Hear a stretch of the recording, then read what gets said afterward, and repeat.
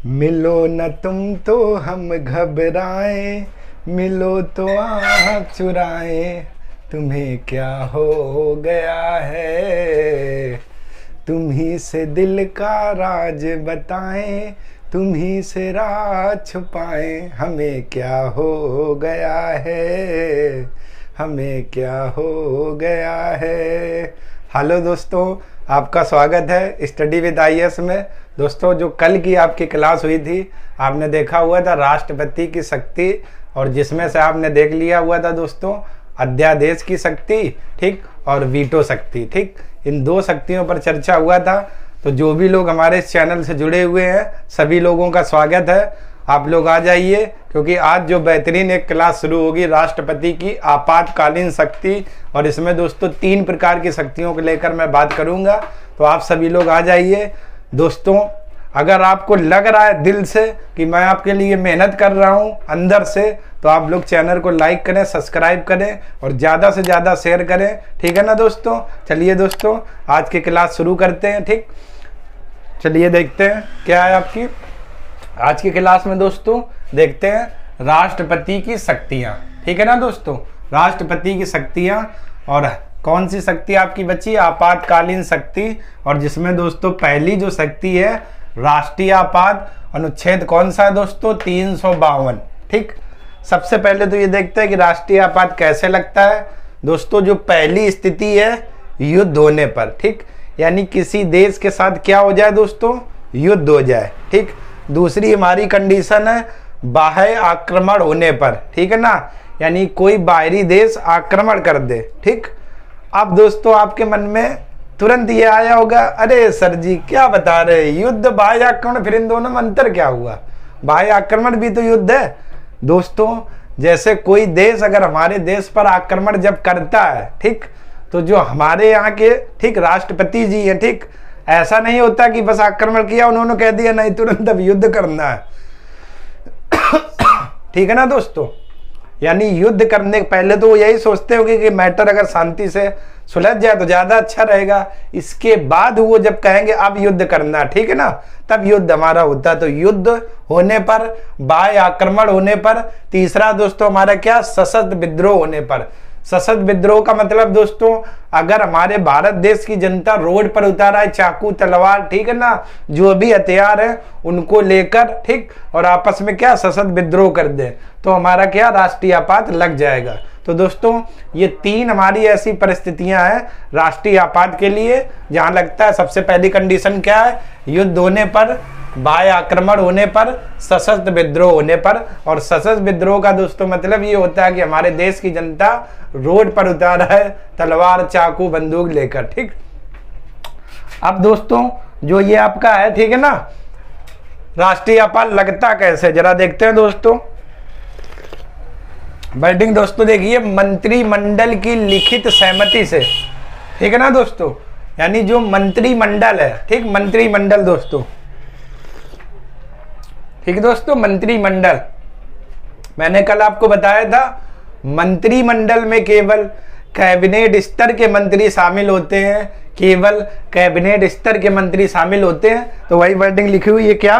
कि मंत्रिमंडल की लिखित सहमति से राष्ट्रपति के द्वारा राष्ट्रीय आपात की घोषणा की जाती है, ठीक। यानी मंत्रिमंडल की जब लिखित सहमति हो जाती है, ठीक, तो राष्ट्रपति के द्वारा किसकी घोषणा की जाती है? राष्ट्रीय आपात की।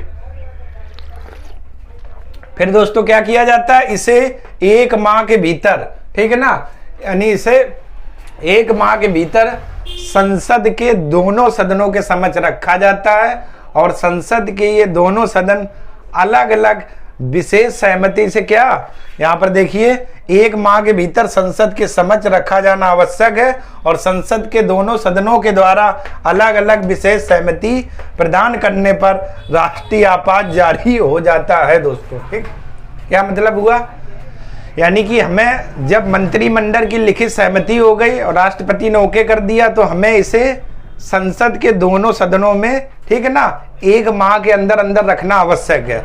फिर संसद के दोनों सदन अलग अलग इसे विशेष सहमति प्रदान करेंगे, और जैसी सहमति मिल जाएगी तो हमारे पूरे देश में क्या, ठीक है ना, या जहां पर भी लगा होगा क्या दोस्तों, राष्ट्रीय आपात लागू हो जाएगा, राष्ट्रीय आपात लागू हो जाएगा। ठीक, तो राष्ट्रीय आपात दोस्तों जो शक्ति है ये 352 में है।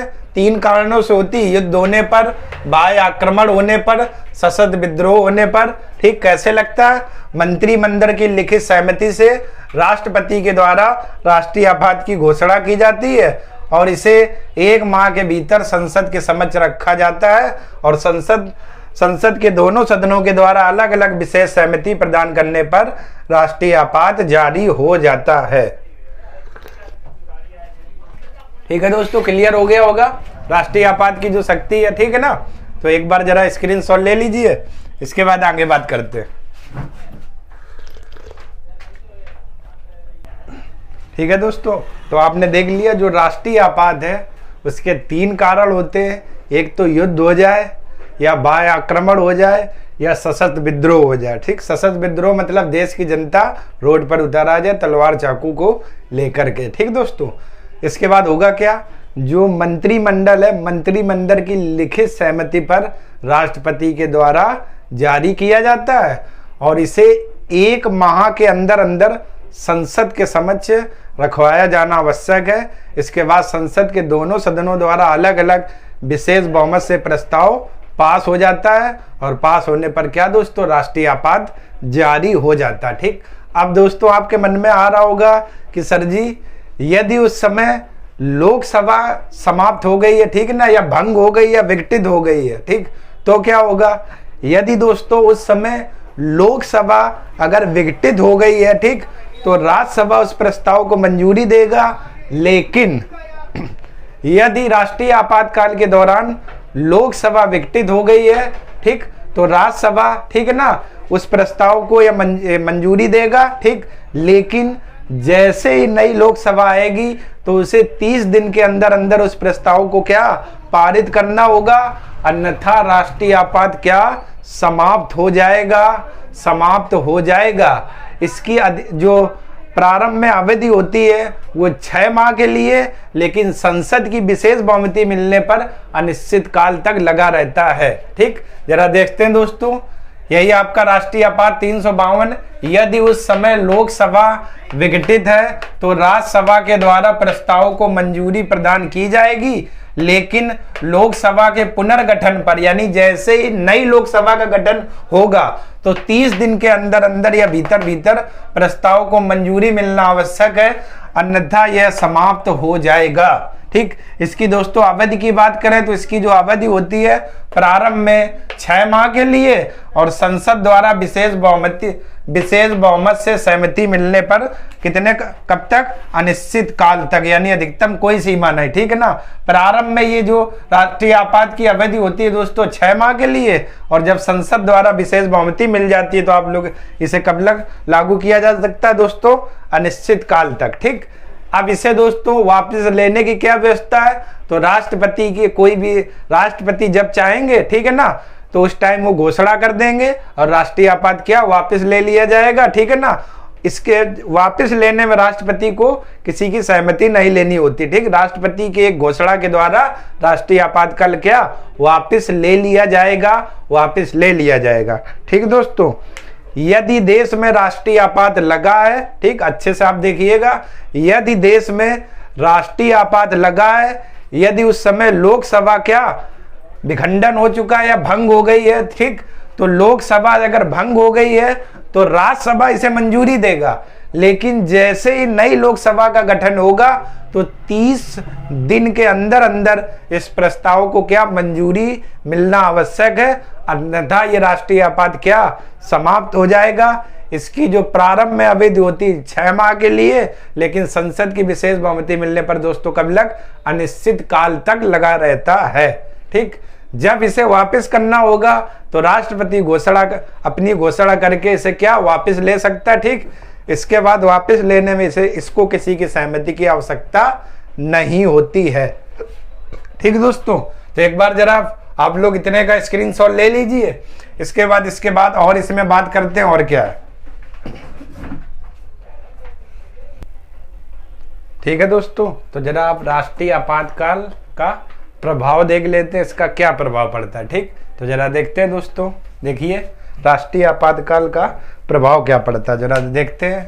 राष्ट्रीय आपातकाल के दौरान लोकसभा का कार्यकाल संसद द्वारा, ठीक दोस्तों जरा अंडरलाइन कर लिए, ये वर्डिंग पीसीएस में बहुत पूछी जाती है, संसद द्वारा 1 वर्ष तक बढ़ाया जा सकता है।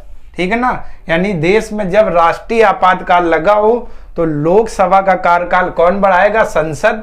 ठीक, 1 वर्ष में कितना, एक बार में कितना, 1 वर्ष के लिए। ठीक है ना दोस्तों, एक बार में 1 वर्ष के लिए बढ़ाया जा सकता है, लेकिन आपातकाल खत्म होने पर 6 माह से ज्यादा नहीं। ठीक है ना, मतलब क्या हुआ, अगर देश में दोस्तों राष्ट्रीय आपातकाल लगा हुआ है तो लोकसभा का कार्यकाल संसद के द्वारा 1 वर्ष तक बढ़ाया जा सकता है, और जैसे ही दोस्तों आपका आपातकाल खत्म होगा, ठीक है ना, तो इनका कार्यकाल 6 माह से ज्यादा नहीं कर सकते, यानी 6 माह तक, 6 माह से ज्यादा नहीं होगा। ठीक, इसके बाद दूसरा दोस्तों अगर प्रभाव की बात करें तो राष्ट्रीय आपातकाल के दौरान जो 19 मौलिक अधिकार है, ठीक है ना, देखिए दोस्तों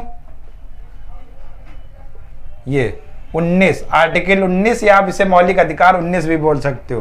तो आपातकाल के दौरान अनुच्छेद 19 स्वतः ही समाप्त हो जाता है, और 20-21 को छोड़कर बाकी सभी आर्टिकल को राष्ट्रपति निलंबित कर सकता है।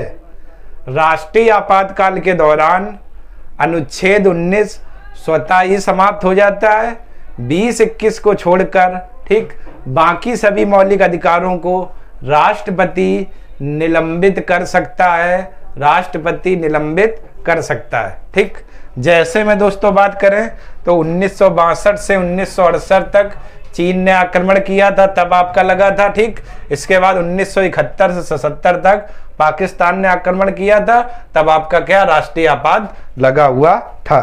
ठीक, तो एक बार दोस्तों जरा डिटेल में देख लेते हैं। राष्ट्रीय आपातकाल के लिए 3 स्थितियां होती हैं, किसी देश के साथ युद्ध हो जाए, या बाह्य आक्रमण हो जाए, सशस्त्र विद्रोह हो जाए। सशस्त्र विद्रोह का मतलब भारतीय जनता रोड पर उतर आए। ठीक, तो मंत्रिमंडल की लिखित सहमति पर राष्ट्रपति के द्वारा क्या जारी किया जाता है। ठीक, राष्ट्रपति के द्वारा। इसके बाद 1 माह के अंदर अंदर संसद के दोनों सदनों के समक्ष रखा जाता है, फिर संसद के दोनों सदन अलग अलग विशेष बहुमति से इस प्रस्ताव को पारित कर देते हैं, तो राष्ट्रीय आपातकाल जारी हो जाता है। यदि राष्ट्रीय आपातकाल के दौरान दोस्तों लोकसभा, ठीक, भंग हो गई है तो राज्यसभा इस प्रस्ताव को मंजूरी देगी, लेकिन नई लोकसभा के पुनर्गठन पर 30 दिन के अंदर अंदर इस प्रस्ताव को मंजूरी मिलना आवश्यक है, अन्यथा यह प्रस्ताव या राष्ट्रीय आपात समाप्त हो जाएगा। इसकी प्रारंभ में दोस्तों जो अवधि है वो 6 माह के लिए है, और संसद की विशेष बहुमति मिलने पर अनिश्चित काल तक लगा रहता है। ठीक, इसके बाद प्रभाव की दोस्तों बात करें तो जिस समय राष्ट्रीय आपातकाल लगता है, ठीक है ना, तो उस समय अनुच्छेद 19 या मौलिक अधिकार 19 स्वतः ही समाप्त हो जाता है। 20 और 21 को छोड़कर अन्य सभी मौलिक अधिकारों को राष्ट्रपति निलंबित कर सकता है। आपातकाल के दौरान लोकसभा का कार्यकाल संसद के द्वारा 1 वर्ष तक बढ़ाया जा सकता है, लेकिन जैसे ही आपातकाल खत्म होगा 6 माह से ज्यादा नहीं। ठीक, तो एक बार दोस्तों जरा स्क्रीनशॉट ले लीजिए। इसके बाद बात करते हैं राष्ट्रपति शासन। ठीक है ना, एक बार स्क्रीनशॉट ले लीजिए, राष्ट्रपति शासन पे बात करते हैं। ठीक है दोस्तों, अब बात दोस्तों करते हैं आपातकाल की शक्ति में दूसरी, राष्ट्रपति शासन। किस अनुच्छेद में, अनुच्छेद 356 में। ठीक, क्या होता है दोस्तों जरा देखिए, यदि राष्ट्रपति को ऐसी कोई आशंका हो जाए या समाधान हो जाए कि किसी राज्य का, ठीक है ना, ठीक, या कोई भी राज्य, ठीक, जिसका संवैधानिक तंत्र क्या विफल हो गया है या समाप्त हो गया। ठीक, राष्ट्रपति को यदि समाधान हो जाए कोई ऐसा राज्य जो संविधान के अनुसार पालन नहीं कर रहा, ठीक, अपनी मन मर्जी कर रहा है, या संवैधानिक तंत्र उसका क्या विफल हो जाए। ठीक, तो जिस राज्य में, ठीक है ना, जिस राज्य का संवैधानिक तंत्र विफल होगा तो उस राज्य का राज्यपाल अपनी रिपोर्ट किसे देगा, राष्ट्रपति को देगा। ठीक, उसकी रिपोर्ट पर ही, ठीक, उस राज्य में हमारा क्या लागू हो जाएगा, राष्ट्रपति शासन लागू हो जाएगा। ठीक, यदि राष्ट्रपति को यह शंका या समाधान हो जाए कि किसी राज्य का संवैधानिक तंत्र विफल हो गया है, संवैधानिक तंत्र से दोस्तों मतलब कि कोई राज्य संविधान के अनुसार पालन नहीं कर रहा है, तो उस राज्य का राज्यपाल राष्ट्रपति को एक रिपोर्ट सौंपेगा। उसी रिपोर्ट के आधार पर राष्ट्रपति शासन क्या दोस्तों जारी हो जाएगा, ठीक है ना। जब ये इतना हो जाएगा तो इसे 2 माह के भीतर भीतर संसद के दोनों सदनों के समक्ष रखा जाएगा। इसके बाद संसद के दोनों सदन अलग अलग सहमति प्रदान करेंगे और सहमति प्रदान होने पर राष्ट्रपति शासन जारी हो जाएगा। इसकी प्रारंभ में जो अवधि होती है दोस्तों 6 माह के लिए और अधिकतम ये 3 वर्ष तक लगाया जा सकता है। प्रारंभ में दोस्तों 6 माह के लिए और अधिकतम आपका कितना 3 वर्ष तक लगाया जा सकता है, ठीक। राष्ट्रपति शासन दोस्तों अनुच्छेद 356 में है। अगर राष्ट्रपति को यह समाधान हो जाए, ठीक, किसी राज्य का संवैधानिक तंत्र विफल हो गया है, यानी वह राज्य संविधान के अनुसार पालन नहीं कर रहा है, तो उस राज्य का जो राज्यपाल होगा, ठीक है ना, अपनी रिपोर्ट राष्ट्रपति को सौंपेगा, ठीक। राष्ट्रपति उसकी रिपोर्ट पर राष्ट्रपति शासन जारी कर देंगे, ठीक है ना। फिर इसके बाद इस प्रस्ताव को संसद के दोनों सदनों के समक्ष 2 माह के भीतर भीतर रखा जाना आवश्यक है और संसद के दोनों सदन अलग अलग सहमति प्रदान करेंगे। अलग अलग सहमति मिलने पर राष्ट्रपति शासन जारी हो जाएगा। प्रारंभ में यह 6 माह के लिए और अधिकतम 3 वर्ष तक रहता है। जब राष्ट्रपति चाहेगा तो राष्ट्रपति की घोषणा के तहत यह क्या वापस ले लिया जाएगा, ठीक। तो जरा देखते हैं क्या है राष्ट्रपति शासन अनुच्छेद 356। क्या कहा गया, यदि राष्ट्रपति को समाधान हो जाए कि राज्य में संवैधानिक तंत्र विफल हो गया है, ठीक है ना, यानी वह राज्य संविधान के अनुसार पालन नहीं कर रहा है, ठीक, संवैधानिक तंत्र वहां का बिल्कुल विफल हो गया, तो वह राज्यपाल की प्रतिवेदन का दोस्तों मतलब होता है रिपोर्ट प्रतिवेदन पर राज्य में आपातकाल की घोषणा कर सकता है। इसे 2 माह के भीतर संसद के समक्ष रखा जाना आवश्यक है तथा संसद के दोनों सदनों द्वारा अलग अलग सहमति प्रदान करने पर राष्ट्रपति शासन जारी हो जाता है। प्रारंभ में दोस्तों ये 6 माह के लिए और अधिकतम कब तक रहता है 3 वर्ष, ठीक। यानी जो राष्ट्रपति शासन है दोस्तों अनुच्छेद 356 में है। यदि राष्ट्रपति को यह समाधान हो जाए कि किसी राज्य का संवैधानिक तंत्र विफल हो गया है, तो वह राज्यपाल की प्रतिवेदन पर, ठीक, राष्ट्रपति शासन जारी करता है। इसे 2 माह के भीतर संसद के समक्ष रखा जाना आवश्यक है। इसके बाद संसद के दोनों सदन अलग अलग विशेष बहुमति प्रदान करेंगे या विशेष सहमति प्रदान करेंगे और सहमति मिलने पर राष्ट्रपति शासन जारी हो जाएगा। प्रारंभ में दोस्तों यह 6 माह के लिए और अधिकतम 3 वर्ष तक रहता है, ठीक। और राष्ट्रीय आपातकाल प्रारंभ में 6 माह के लिए और अधिकतम अनिश्चित काल तक था। राष्ट्रपति शासन अधिकतम 3 वर्ष तक, ठीक। तो दोस्तों जरा स्क्रीनशॉट ले लीजिए, इसके बाद आगे बात करते हैं, ठीक है दोस्तों। अब जरा देखते हैं दोस्तों राष्ट्रपति शासन का प्रभाव क्या क्या पड़ता है, ठीक। यानी जब राष्ट्रपति शासन लग जाता है तो इसका प्रभाव क्या क्या पड़ता है, ठीक है ना दोस्तों। जरा देखिए, सबसे पहले अगर दोस्तों बात करें, ठीक है ना, तो देखते हैं क्या क्या प्रभाव पड़ता है। सबसे पहला क्या है, राज्य की शक्ति व कार्य राष्ट्रपति अपने अंडर में ले लेता है या अपने हाथों में ले लेता है। कब, जब राष्ट्रपति शासन लागू होता है, ठीक।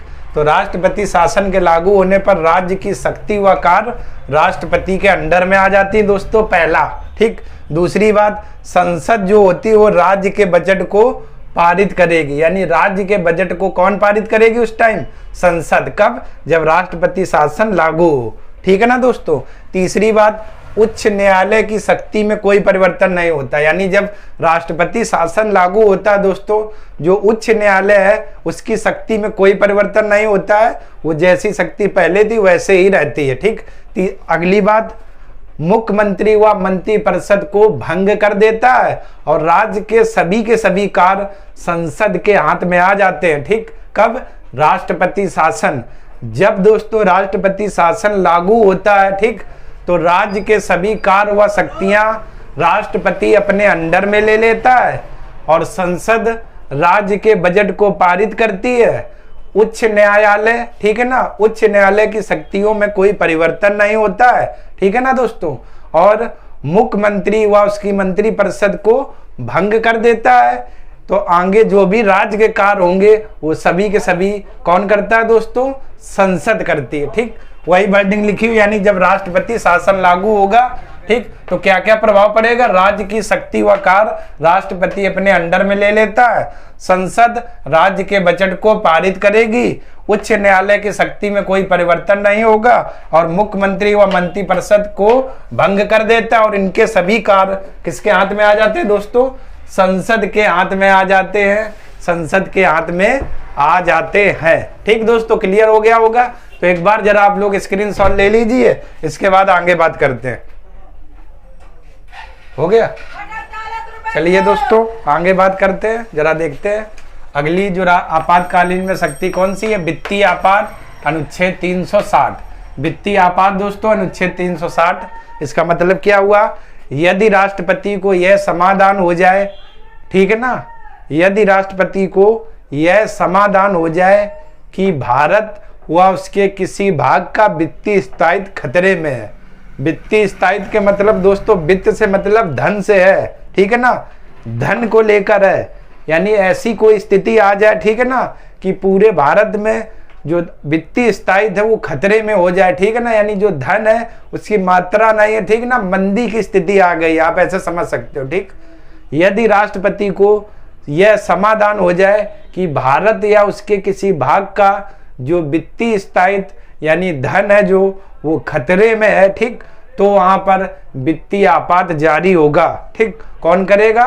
राष्ट्रपति। और सेम इसकी वही प्रोसीड होता है, इसे भी 2 माह के भीतर कहाँ? संसद के समक्ष रखा जाना आवश्यक है। ठीक, इसके बाद दोनों सदनों के द्वारा अलग अलग सहमति मिलने पर वित्तीय आपात जारी हो जाता है। यही हुआ कि सेम प्रोसेस है, प्रारंभ में 6 माह के लिए और अधिकतम अनिश्चित काल के लिए। ठीक, देखते हैं दोस्तों वित्तीय आपात अनुच्छेद 360। यदि राष्ट्रपति को समाधान हो जाए कि ऐसी स्थिति पैदा हो गई जिसमें भारत अथवा उसके किसी भाग का वित्तीय स्थायित्व, वित्त का मतलब दोस्तों धन से है, यानी वित्तीय स्थायित्व, ठीक है ना, संकट में है, ठीक है ना, यानी भारत का वित्तीय स्थायित्व यानी आर्थिक जो व्यवस्था है, ठीक है ना, या मंदी की स्थिति है, ठीक, ऐसी संकट की स्थिति है। ठीक, तो उस टाइम में आपका क्या? वित्तीय आपातकाल जारी होगा। ठीक, लेकिन इसे भी क्या, इसे 2 माह के भीतर संसद के समक्ष रखा जाना आवश्यक है। प्रारंभ में यह 6 माह के लिए और अधिकतम आपका कब तक लागू रहता है? अनिश्चित काल तक। ठीक, इसी को क्या बोला जाता है दोस्तों? वित्तीय आपात। अनुच्छेद 360 में राष्ट्रपति की वित्तीय आपात की शक्ति है। वित्तीय आपात के मतलब है राष्ट्रपति को यह समाधान हो जाए कि भारत या उसके किसी भूभाग का, ठीक, वित्तीय स्थायित्व खतरे में है। ठीक, वित्तीय स्थायित्व के मतलब आर्थिक मंदी है, मंदी की स्थिति है। ठीक, तो अगर ये खतरे में है तो उस स्थिति में वित्तीय आपात जारी हो जाएगा, लेकिन 2 माह के भीतर हमें कहाँ रखना आवश्यक है? संसद के समक्ष रखा जाना आवश्यक है और संसद के द्वारा विशेष बहुमति मिलने पर यह आपातकाल लागू हो जाएगा। प्रारंभ में दोस्तों ये हमारा 6 माह तक और अधिकतम अनिश्चित काल तक रहता है। प्रारंभ में दोस्तों ये हमारा 6 माह तक और अधिकतम अनिश्चित काल तक रहता है। वित्तीय स्थायित्व का मतलब दोस्तों, ठीक, हमारी अर्थव्यवस्था, धन की व्यवस्था, आर्थिक मंदी को लेकर है। ठीक, अगर इनमें कोई समस्या आती है तो वित्तीय आपातकाल वहां जारी हो जाएगा। इसकी भी सेम वही प्रोसेस है, 2 माह के अंदर संसद के समक्ष रखा जाना है। प्रारंभ में 6 माह के लिए और अधिकतम अनिश्चित काल तक। ठीक है दोस्तों, समझ गए होंगे? तो एक बार जरा स्क्रीनशॉट ले लीजिए आप लोग, एक बार जरा स्क्रीनशॉट ले लीजिए। चलिए दोस्तों आज की क्लास यहीं तक रखते हैं और कल दोस्तों बात करेंगे अन्य महत्वपूर्ण तत्व राष्ट्रपति के, जो भी आपके पीसीएस में, आरओ में, अदर एग्जाम में फैक्चुअल जो क्वेश्चन आते हैं उन बिंदुओं पर चर्चा होगी और कल आपकी राष्ट्रपति की आखिरी क्लास होगी। ठीक दोस्तों, अगर दोस्तों आपको लग रहा है कि वास्तव में मैं आपके लिए मेहनत कर रहा हूँ और आपको बकायदा अच्छे से सब कुछ लिखवाया जा रहा है, कोई चीज़ शॉर्ट नहीं की जा रही, तभी आप लोग चैनल को लाइक करिए, सब्सक्राइब करिए, ज़्यादा से ज़्यादा शेयर करिए। तब तक के लिए आपका धन्यवाद।